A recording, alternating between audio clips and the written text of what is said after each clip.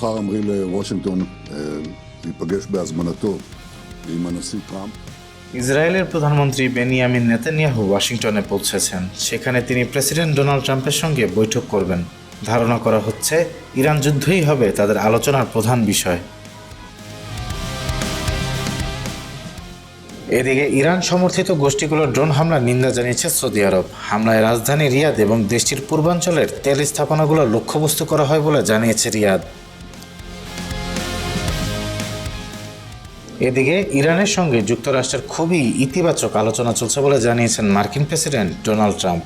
তবে তিনি ইঙ্গিত দিয়েছেন দীর্ঘ সময় ধরে আলোচনা চালিয়ে যাওয়ার পক্ষে তিনি নন।